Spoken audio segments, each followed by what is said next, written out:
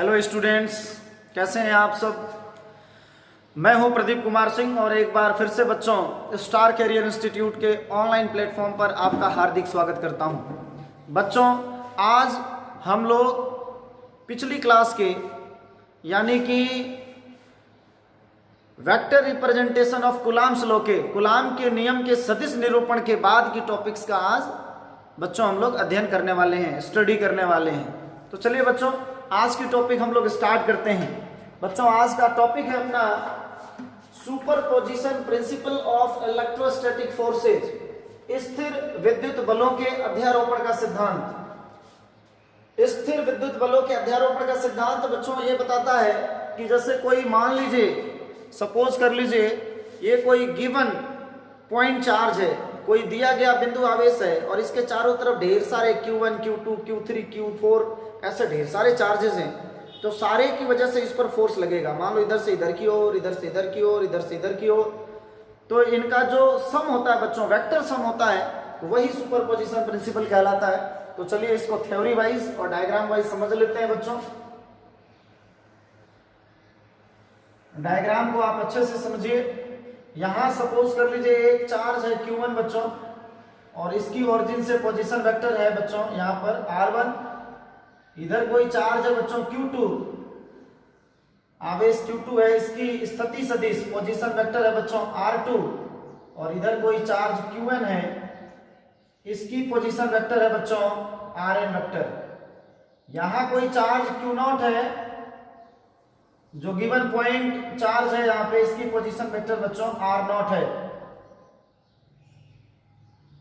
Q1 की वजह से बच्चों जो इस पर फोर्स लग रही है वो F वेक्टर F01 लग रही है।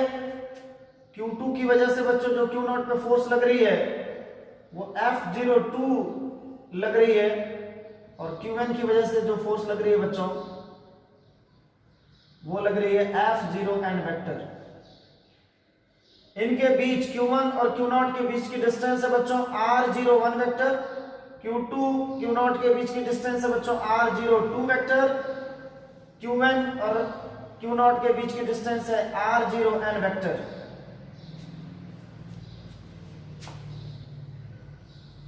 ये अपना डायग्राम हो गया बच्चों।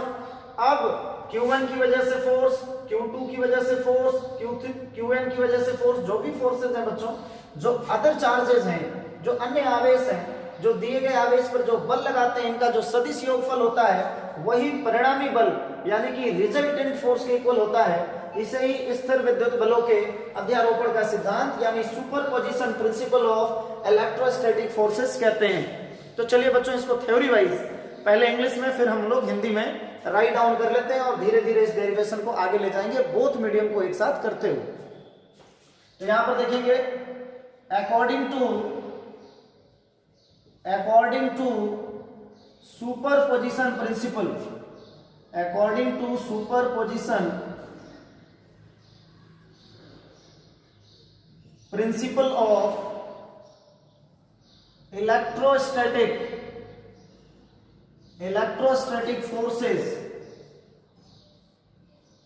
according to superposition principle of electrostatic forces,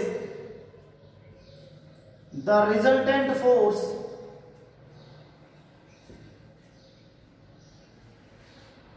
on a given point charge, यानी ये पॉइंट चार्ज गिवन है बच्चों, इस पे जो रिजल्टेंट फोर्स होता है due to other point charges is equal to vector sum of different forces exerted by them मतलब exerted by other charges। them का मतलब यहां पे क्या समझेंगे बच्चों, जो अदर चार्जेस हैं Q1 Q2 dash dash dash Qn हो गए, other charges on given point charge मतलब बच्चों जो डिफरेंट डिफरेंट चार्जेस हैं जैसे Q1 Q2 dash dash dash Q1 है, इनकी वजह से जो फोर्स लग रहा है Q नॉट पे, इन सब का जो वेक्टर सम होता है वही रिजल्टेंट फोर्स के क्या होता है बच्चों, इक्वल होता है। यही क्या कहलाता है अपना superposition principle of electrostatic force कहलाता है। तो वही हो गया according to superposition principle of electrostatic forces the resultant force on a given point charge due to other point charges is equal to vector sum of different forces exerted by them यानी other charges on a given point charge। अब Hindi medium के बच्चों के लिए भी साथ में लिखा देते हैं बच्चों, स्थिर विद्युत बलों के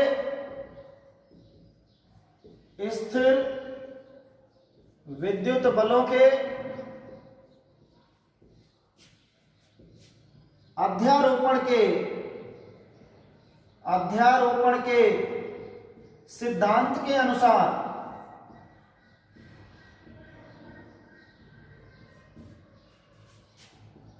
किसी दिए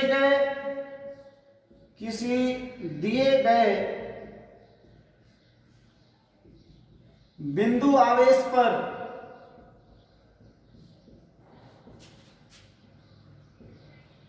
अन्य बिंदु आवेशों के कारण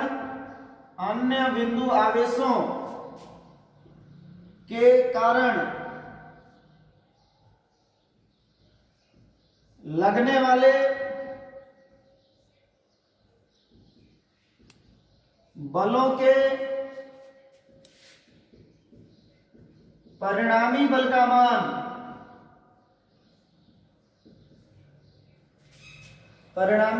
मान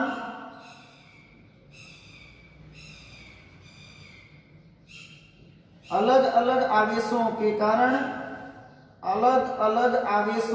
कारण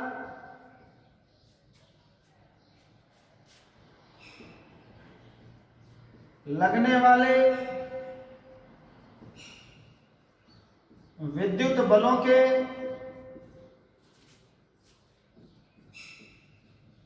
सदिश योगफल के बराबर होता है।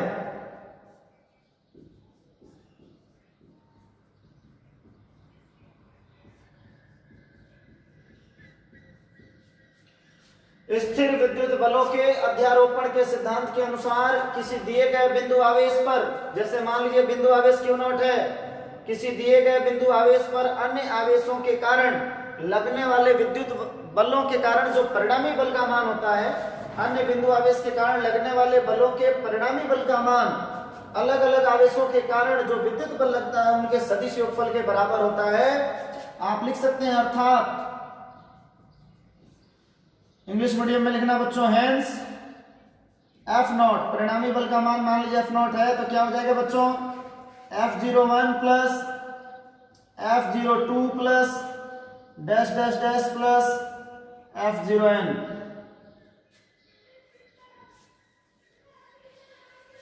ये अपना आप ब्रैकेट क्लोज कर लेंगे।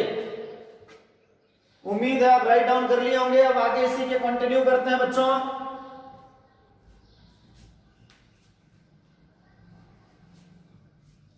अब इसका डेरिवेशन कर लेते हैं फॉर्मूले की। माना Q1, Q2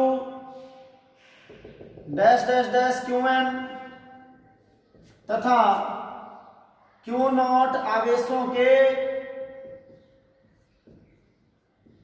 स्थिति सदिश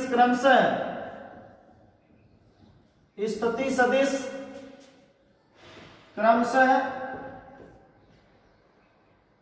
R1 vector R2 vector dash dash dash Rn vector तथा R0 वेक्टर हैं तथा दिए गए बिंदु आवेश एवं अन्य बिंदु आवेशों के बीच की दूरियां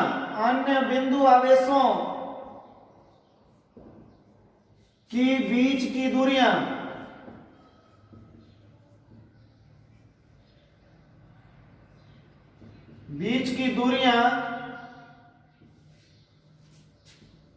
क्रमशः r01 vector comma r02 vector dash dash dash r01 vector हैं। जैसा कि आप डायग्राम में देख रहे हैं बच्चों कि q1 और q0 के बीच की दूरी r01 वेक्टर r01, q2 और q0 के बीच की दूरी r02 और यहाँ पर qn और q0 के बीच की डिस्टेंस जो है बच्चों वो है वेक्टर r0n है। तो अब यहां पर आप देखिए इंग्लिश मीडियम में राइट डाउन करेंगे तो क्या हो जाएगा, let charges q1, q2 dash dash dash qn and q0 having their position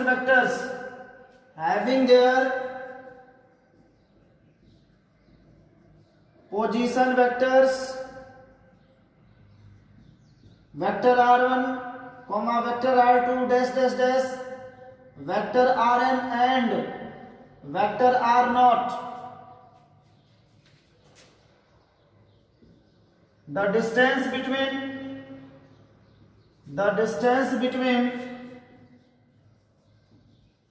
given point charge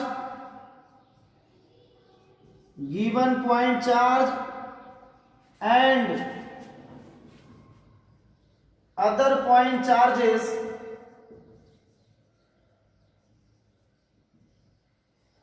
are equal to vector r01 vector r02 dash dash dash vector r0n respectively. तो ये हो गया बच्चों कि अपने बीच की डिस्टेंस कितनी है और इनके पोजीशन वेक्टर कितने हैं और चार्ज कैसे सिचुएटेड हैं। अब हम वैल्यू कैलकुलेट करते हैं। सो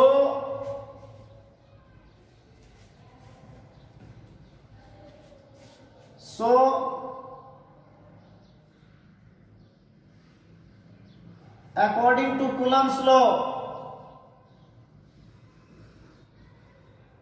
अतः कूलाम के नियम से, इसलिए बच्चों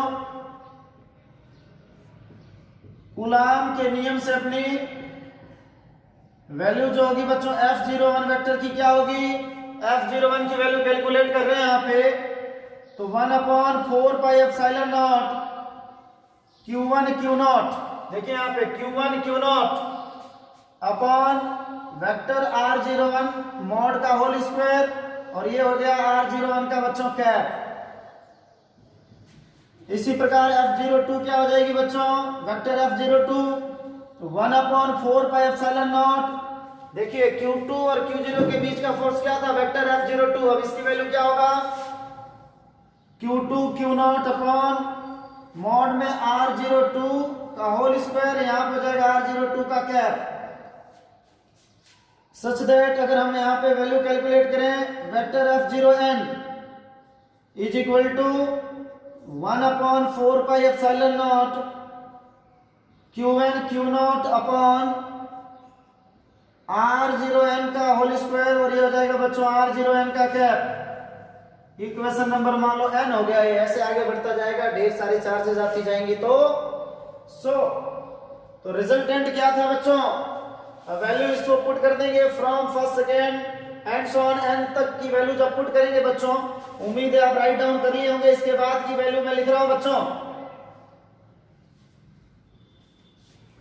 तो हमने देखा था कि जो F0 की वैल्यू थी बच्चों इक्वल थी F01 plus F02 plus dash dash dash plus F0n vector के। तो F0 vector F0 is equal to जो रिजल्टेंट फोर्स है बच्चों, सो रिजल्टेंट फोर्स ये बच्चों है अपना परिणामी बल।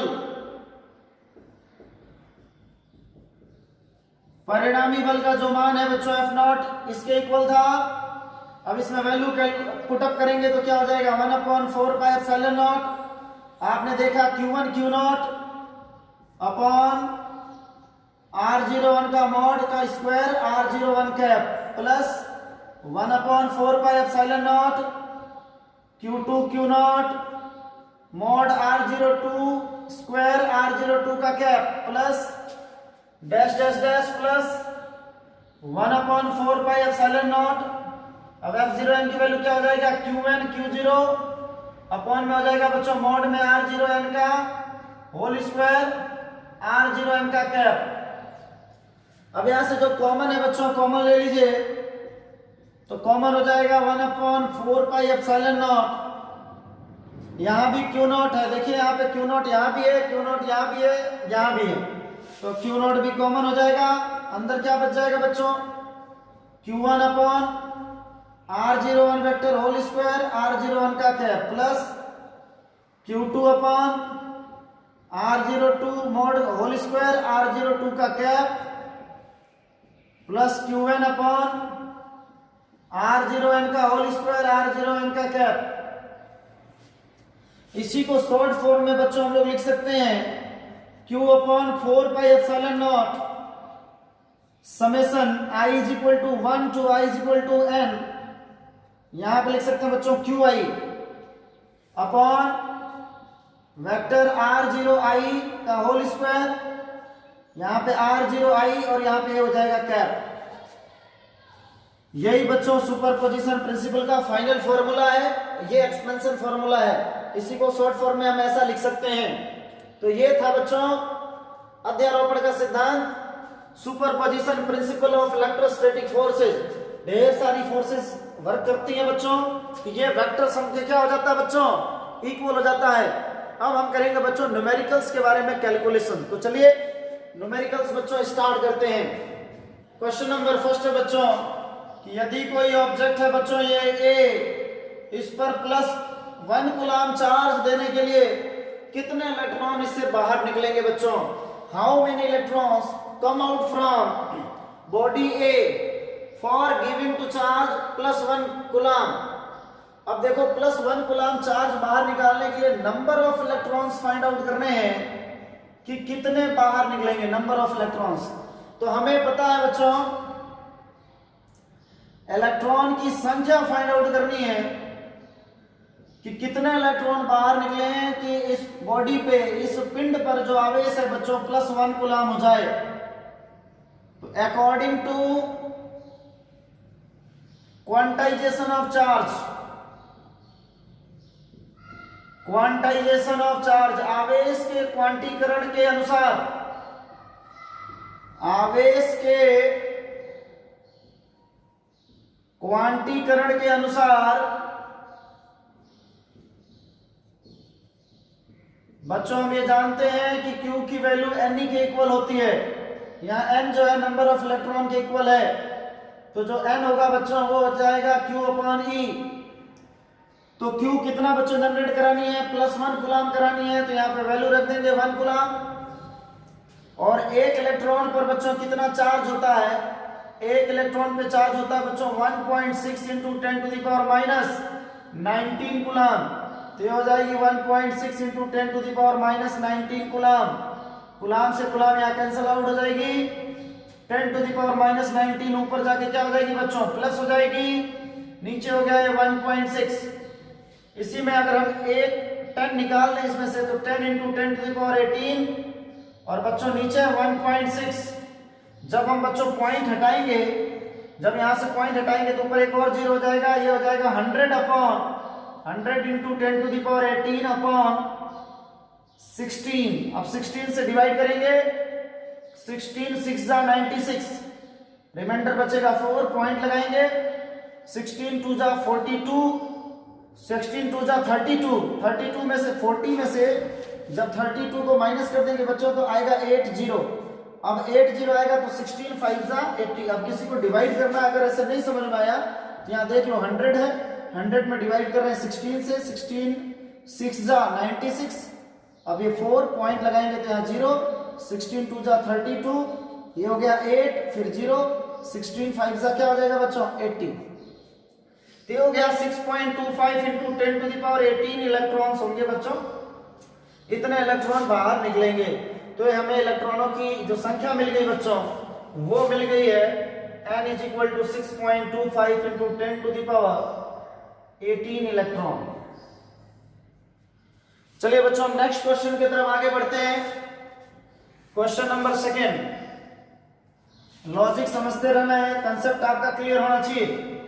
अब आगे सेकेंड नंबर क्वेश्चन देखिए बच्चों,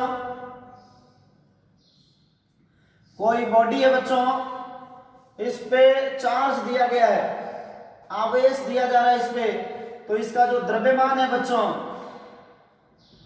इसकी जो मास है बच्चों वो बढ़ जा रही है, इंक्रीज हो जा रही है। मास क्या कर रही है बच्चों, इंक्रीज हो रही है, और इस पर 9.1 नैनोग्राम मास दिया गया, मतलब इंक्रीज हो जा रही है। जब किसी वस्तु को बच्चों आवेशित करते हैं तो इसके द्रव्यमान में जो बढ़ोतरी हो रही है 9.1 नैनोग्राम हो रही है। किसी वस्तु को आवेशित करने पर, जब किसी वस्तु को, किसी ऑब्जेक्ट को बच्चों चार्ज कर रहे हैं, समझ लीजिए क्वेश्चन, जब इसको चार्ज दे रहे हैं बच्चों तो इसकी मास इंक्रीज हो रही है, कितनी हो रही है, 9.1 नैनोग्राम हो रही है। तो बोल रहे हैं कि इसमें हाउ मेनी इलेक्ट्रॉन्स, कितने इलेक्ट्रॉन्स इसको दिए हैं चार्ज करने के लिए, पहला क्वेश्चन। और दूसरा है बच्चों कि इस पर कितना चार्ज होगा। चलिए अब कंसेप्ट ध्यान में रख लेते हैं बच्चों। अब देखिए यहाँ पे जो मास दिया गया है बच्चों, वो कितना दिया गया, 9.1 नैनोग्राम, वो मास इंक्रीज हो रही है। तो 9.1 नैनोग्राम को हम क्या लिख सकते हैं बच्चों, 9.1 इंटू नैनो को क्या लिख सकते हैं, 10 टू द पावर -9 ग्राम हो जाएगा ये। अब ग्राम को जब किलोग्राम में बदलेंगे बच्चों ऐसा यूनिट में, तो 9.1 इंटू 10 टू द पावर, अब ग्राम को जब किलोग्राम में बदलेंगे तो 10 टू द पावर -3 किलोग्राम, यानी 1 ग्राम में आप लोगों को पता है बच्चों कि 10 टू द पावर -3 किलोग्राम होता है। तो जब यहाँ ग्राम को किलोग्राम में बदलेंगे तो ये -9 है और -3 -12 किलोग्राम हो जाएगी। ये तो हो जाएगी, इस पर टोटल जो मास इंक्रीज हुई है वो ये 9.1 into 10 to the power -12 kilogram. एक इलेक्ट्रॉन का जो द्रव्यमान होता है बच्चों, mass of 1 electron, mass of 1 electron कितना हो जाएगा बच्चों, अपने को क्या पता है, 9.1 into 10 to the power -31 kilogram. एक इलेक्ट्रॉन की जो मास होती है वो हमें पता है, जो टोटल मास इंक्रीज हुई है बच्चों वो हमें पता है। अगर एक इलेक्ट्रॉन के मास से हम डिवाइड कर दें इसमें तो हमें पता चल जाएगा कितने नंबर ऑफ इलेक्ट्रॉन्स इसको हम चार्ज करने के लिए दिए हैं। तो नंबर ऑफ इलेक्ट्रॉन्स, इलेक्ट्रॉन की संख्या बच्चों ज्ञात करने के लिए क्या करना पड़ेगा बच्चों, हमें जो टोटल मास है यहाँ पे 9.1 into 10 to the power -12 kilogram है बच्चों, एक इलेक्ट्रॉन के मास से डिवाइड कर देंगे तो 9.1 into 10 to the power -31 kilogram. इससे क्या हो जाएगा बच्चों, कैंसल आउट हो जाएगा, किलोग्राम से किलोग्राम कैंसल आउट हो गया, 10 टू द पावर माइनस का 31 ऊपर जाके प्लस का 31 और ये माइनस का 12 हो जाएगा। ये हो जाएगा बच्चों 10 टू द पावर 19 इलेक्ट्रॉन, यानी जो नंबर ऑफ इलेक्ट्रॉन्स हो जाएंगे बच्चों 10 टू द पावर 19 इलेक्ट्रॉन्स हम देंगे। तो पहले प्रश्न का तो आंसर ये हो गया कि इसको कितने इलेक्ट्रॉन दिए गए हैं, तो 10 टू द पावर 19 इलेक्ट्रॉन दिए गए हैं। अब पूछ रहा है कि टोटल चार्ज कितनी होगी, तो क्वांटाइजेशन ऑफ चार्ज, आवेश के क्वांटीकरण से पिछले क्वेश्चन में आप देख लिए कि from quantization of charge, from quantization of charge, quantization of charge, आवेश के क्वांटीकरण से, आवेश के क्वांटीकरण से बच्चों क्या फॉर्मूला पढ़े हैं अपने, Q is equal to NE। तो यहाँ पे N की वैल्यू क्या है बच्चों 10 टू द पावर 19 और E की वैल्यू कितनी है बच्चों, E की वैल्यू कितनी है 1.6 into 10 to the power -19 coulomb. तो 19 से प्लस 19 कैंसिल आउट हो जाएगी, तो Q की वैल्यू हो जाएगी बच्चों 1.6 कूलम। तो इस पे जो बच्चों चार्ज होगी 1.6 कूलम होगी और वो नेगेटिव होगी क्योंकि ये बॉडी जो इलेक्ट्रॉन को एब्जॉर्ब कर रही है। तो इस प्रकार से बच्चों हमने आज न्यूमेरिकल स्टार्ट कर दिया है। अब अगले पार्ट्स में फिर से ऐसे ही न्यूमेरिकल्स बच्चों जारी रखेंगे। एक बार जो भी पढ़ा दिया गया बच्चों आप लोग कल क्विक रिवाइज कर लेंगे अगले पार्ट्स के लिए। तो आज ही बच्चों अपनी ये क्लास समाप्त करते हैं। जय हिंद, जय भारत।